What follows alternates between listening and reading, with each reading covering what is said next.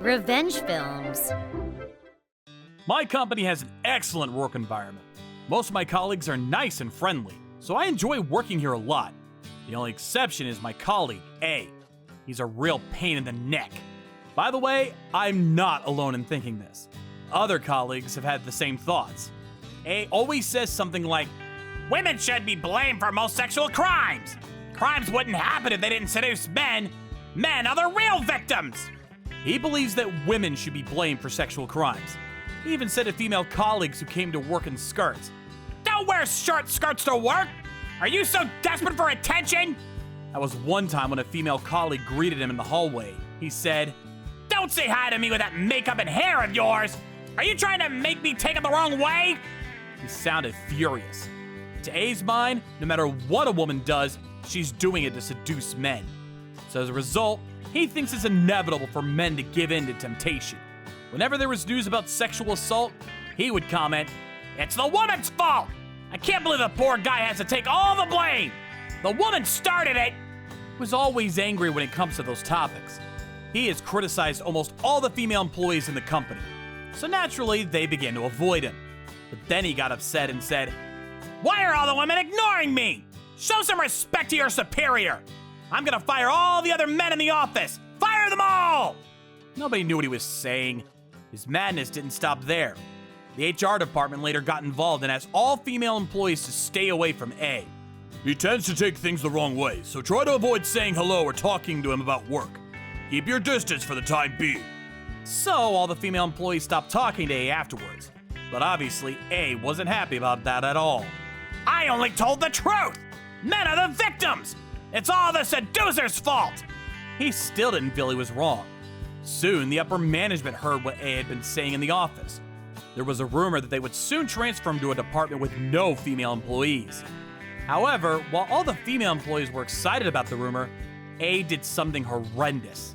Most of my colleagues would start to leave the office around 5, but I stayed back that day because I had to finish something. Besides me, A and a female colleague, C, who joined the company recently, were also working late. What is he still doing here? Go home already! I was thinking that while trying to finish my work. And then C said to me, "You're not going home, Steve?" "Not yet. I need to finish this today." I'm gonna make some tea. Would you like some? "Oh, sure. Thanks." So C went into the office kitchen. However, shortly after she went, a scream came from inside the kitchen. It was so loud that I nearly jumped out of my skin. Then I heard A's voice. "You burned me! What's the matter with you?" I ran into the kitchen and was shocked by what I saw. A was on top of C, trying to rip her shirt off. I understood right away what was going on. C must have spilled boiling water on A when she was resisting. A yelled, "Don't you know the water is scalding hot?" and took off his jacket and shirt. "What the hell are you doing?" I ran up to A and punched him in the face. C couldn't stop crying and shaking, so I lent her my jacket. "Are you all right?" C nodded while crying, but then A said, "It's her fault for luring me into such a small space!"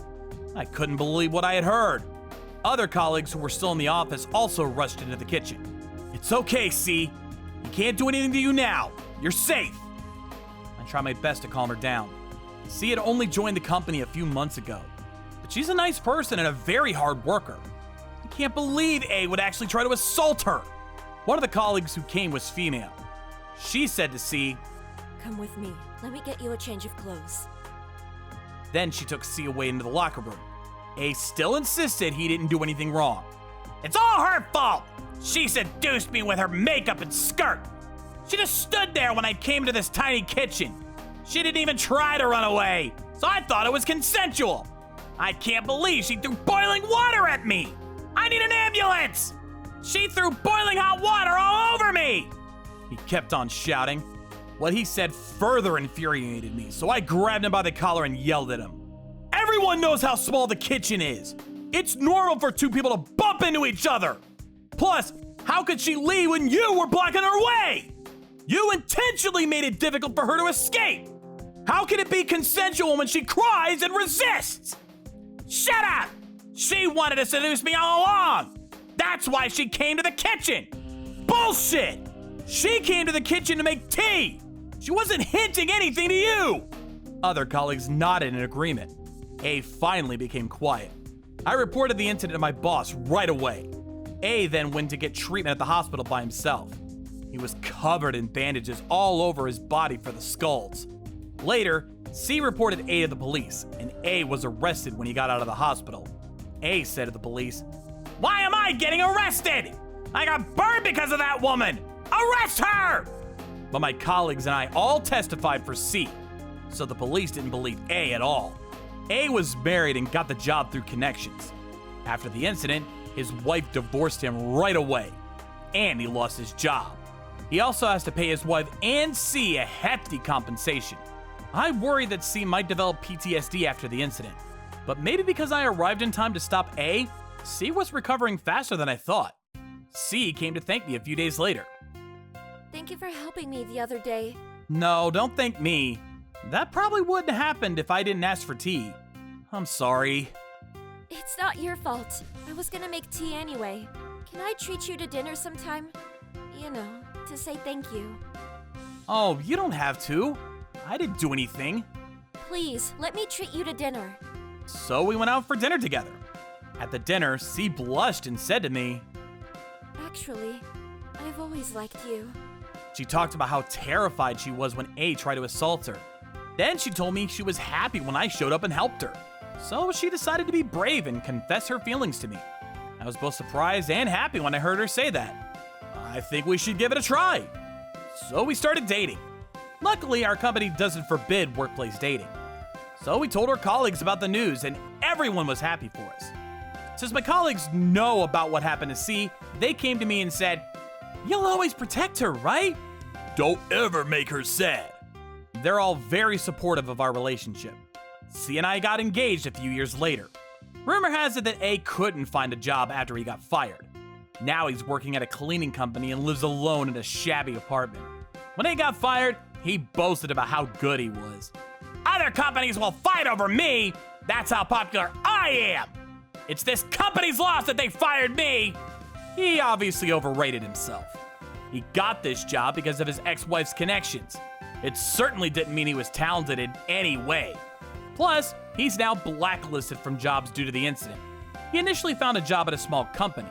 It was already the best option for him. But he got fired shortly after because the rumors about him started to spread, and the female employees felt uncomfortable working with him. Now he probably doesn't have the luxury to think about who should be blamed for sexual assaults anymore. He's now being punished for looking at women pervertedly and blaming women for everything. I think all the punishments he got are well deserved. How was today's video? If you enjoyed it, please subscribe, like, and leave a comment. Stay tuned for more.